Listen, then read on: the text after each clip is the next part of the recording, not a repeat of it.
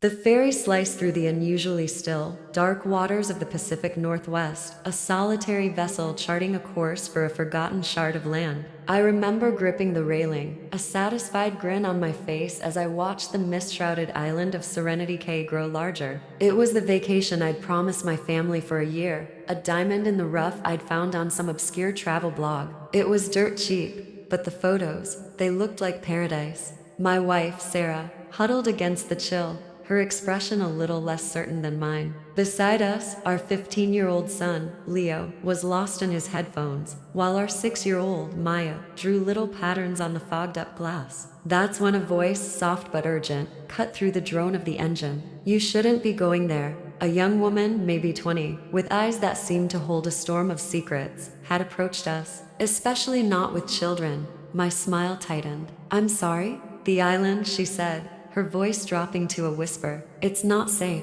The stories, they're real. Turn back, please."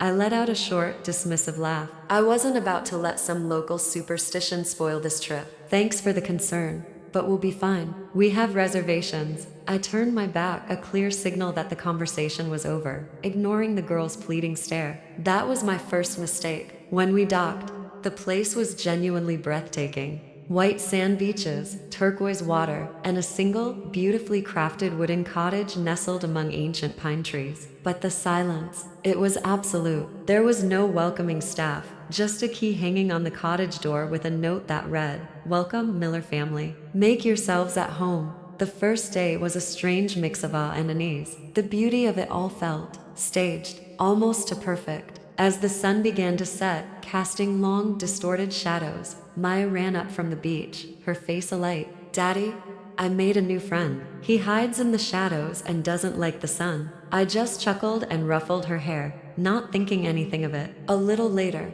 Leo returned from a walk, his face pale. He'd found footprints in the damp earth near the wood's huge, misshapen tracks, too large for a man and too strange for any animal he knew. That evening, as we ate dinner, a faint, rhythmic chanting seemed to drift on the wind, a sound that made the hairs on Sarah's arms stand up.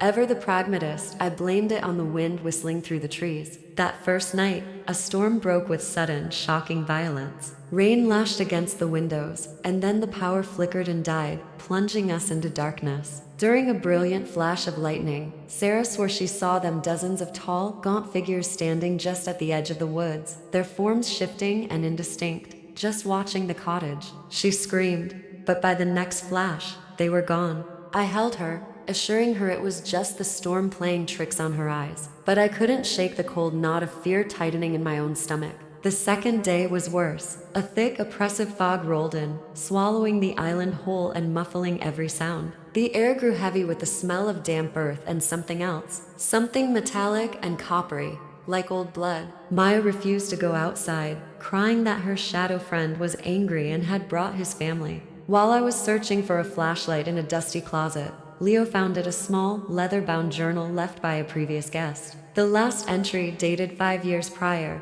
was a frantic, barely legible scrawl. It said, "They hunt at night. God.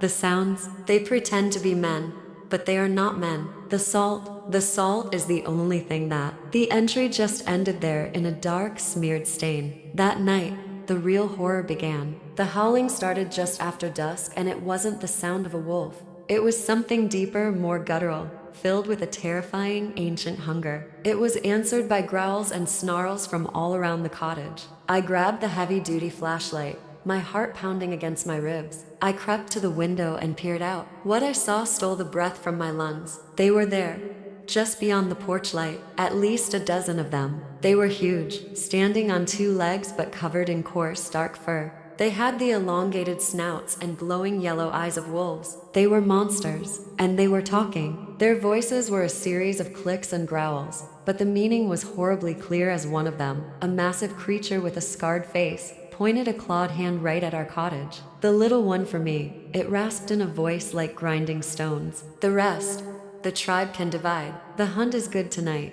Pure, primal panic seized me. We were trapped. As the first heavy thud slammed against the front door, splintering the wood, I remembered the old handgun I'd packed for protection. I fired a shot into the wall, the sound deafening in the small space. The creatures outside roared in fury. Another shot and another, buying us precious seconds. In here, quickly, a voice from the back of the cottage. It was the girl from the boat. She was at the thin bamboo wall of the kitchen. Break it. It's the only way. Without a second thought, Leo and I threw our shoulders against the wall. It splintered and gave way, revealing the girl, Elara, her face grim in the moonlight. Follow me, she commanded. Don't make a sound. She led us on a desperate, silent run through the fog-drenched woods, the sounds of our pursuers crashing through the undergrowth right behind us. We finally burst into a clearing, where a small, fortified house stood. The entire perimeter was lined with sharpened bamboo stakes, and sacks of what looked like salt were piled everywhere.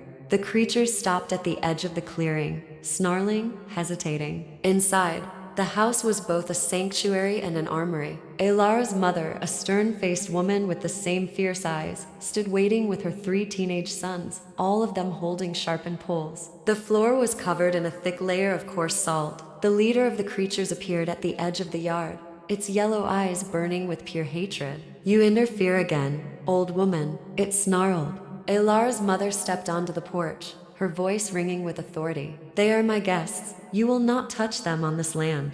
You always protect the outsiders. The creature roared back. I protect them from you. She shot back, her voice filled with a cold fury. From the monsters who betrayed and murdered my husband to feast on his flesh. Now leave, before the sun finds you. One of the younger creatures, bold and reckless, leaped onto the porch. A horrifying sizzle echoed in the night as its feet touched the salt-covered wood. It shrieked, its flesh smoking and burning, and it scrambled back into the darkness. The leader stared, its lip curled in a silent snarl, and then, with a final, hateful glance, it melted back into the woods, its pack following right behind. We waited out the rest of that long, terrifying night. As the first rays of dawn finally pierced the fog, the unholy sounds from the forest faded, replaced by the gentle lapping of waves. The creatures were gone, weakened by the daylight. True to her word, Elara accompanied our shaken family back to the port, where the old ferry was waiting. As we climbed aboard, I looked back at the girl.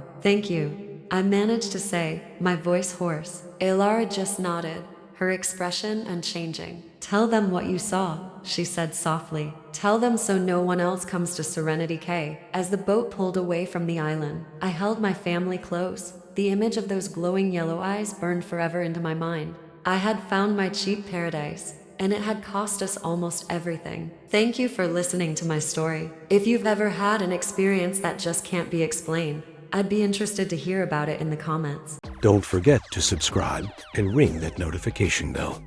We upload fresh, original horror stories daily, and you won't want to miss what's coming next.